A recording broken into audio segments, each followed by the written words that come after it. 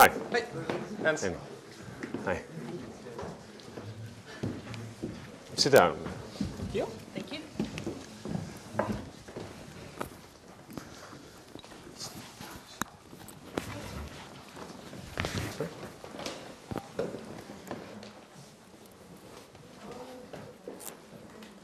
Okay, so tell me about your problem.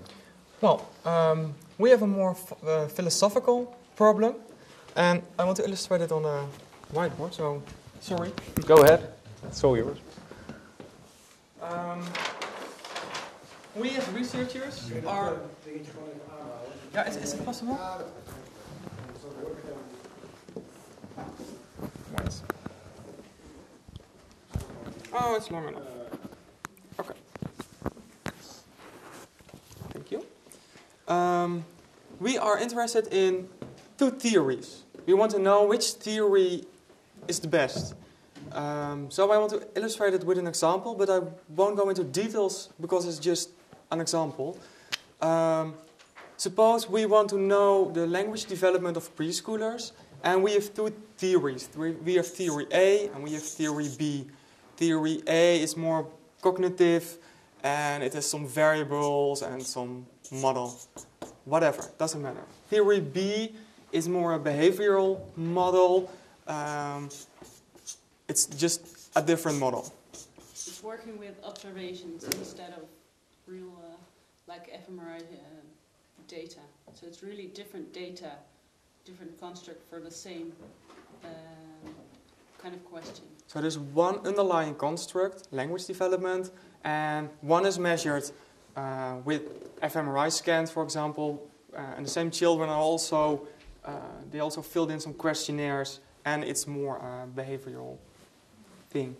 We're not per se interested if, for example, we have the null hypothesis if, for example, this is a regression and the R square of A is 0 and the alternative R square is not 0. It's 0 and here again is not 0. We're not interested in a null hypothesis. We're just interested in model A or model B. Which one is better? Now, our question to you is, well, what can we do? Just to get it clear, do we have the same variables in A and B? Not per se. So it's not the models are not nested. So do we have any same variables in these two? Are there? I mean, you have a group of children. Is it structured like you let people learn words in an fMRI machine and look at their brains, and the other guys are looking at how many words children can learn upon a certain reinforcement scheme or whatever? For example. Yeah, good example. So with our two different models, two theories, we want to know which theory is the best. Both theories are in literature for 50 years now, and we as researchers want to know, well, after 50 years of research, which one is the best? We have a data set with children. So which one explains the learning of the language or the language development best? What kind of construct? Okay. I think these two theories. I mean, suppose you had to say whether Darwin's theory of evolution were better than Einstein's theory of gravitation. I mean, that's a very, very difficult question, and the reason for this is quite informative.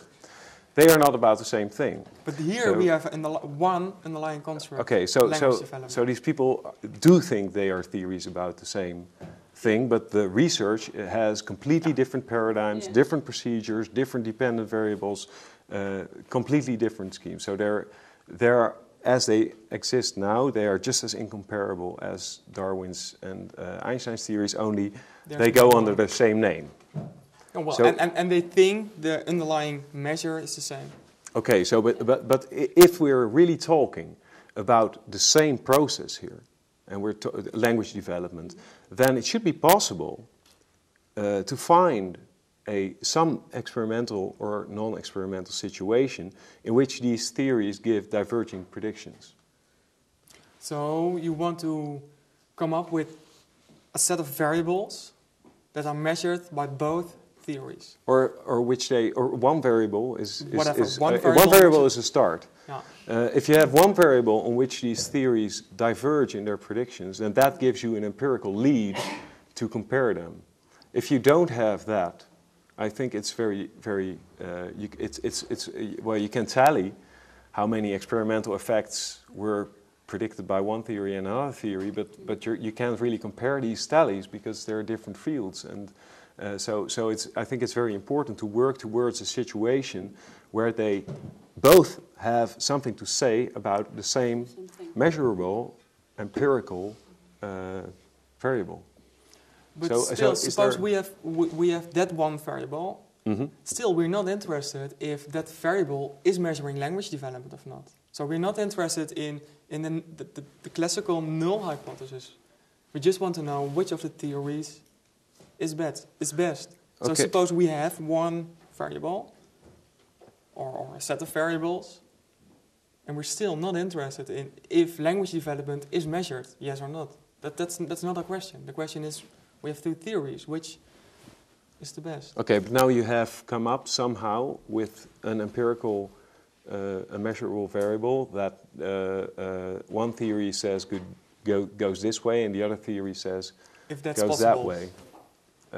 Well, if that's the case, then it seems to me you do have some empirical information to at least have a sort of assessment of the relative qualities of these theories. Because it means they're not completely incommensurable, to use a technical term. You need to have some common measure somewhere where you can compare them. So even if this were the case, you still have a problem left, and that is? Well, that we're not interested in language development per se, but which theory is better predicting language development.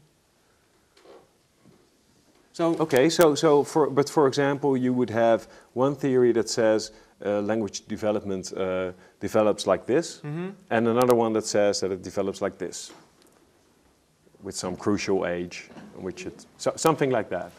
Then you have a testable scheme. Then you have two models that you can test against each other, and you have something to compare them to. So but this is a very difficult problem. And the critical point for you is that we need a set of variables that are measured by both theories. Or on which they both make predictions. Yeah, so they need to have more in common. The models need to have more in common to compare anything. At least one point on which they don't agree.